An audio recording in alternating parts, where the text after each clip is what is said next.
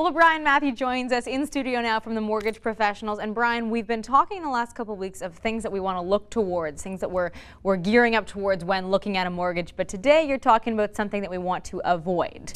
If possible. If possible, okay. Yeah. And that is called a cash-back mortgage. Now, what is a cash-back mortgage? Cash-back mortgages are normally sold to people that don't have a down payment.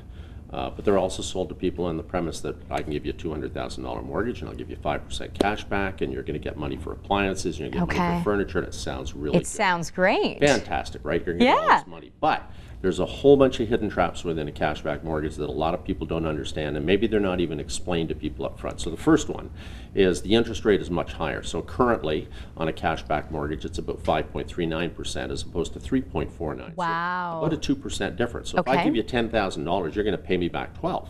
Right. So that's not a bad deal for me. Right? For you, but for me getting the mortgage. Yeah, so you're going to pay that money back. I'm paying a lot more. The second thing that happens is most first-time home buyers, on average, are about 3.2 to 3.6 years in their first home.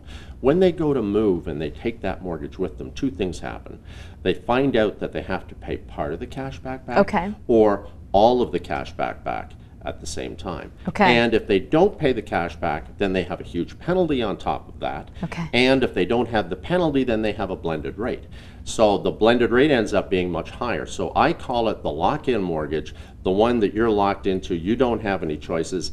And if there's a way to, and there are ways to avoid it, there are other things that we talk to people about how you don't have to do a cashback mortgage, but they really have to know all the things about that cashback mortgage, because there's a lot of people 3 years ago that got into them are getting very nasty surprises right now. Okay, so if you can, avoid the cashback mortgage. Yep, talk to us about the alternatives to cashback if you don't have down payment. If you don't have a down payment, there are alternatives other than there are some of them you have to wait a little longer for, but they're worth it because you're going to end up paying. You know what? There's no free lunch, right? If it looks too good, it is too good.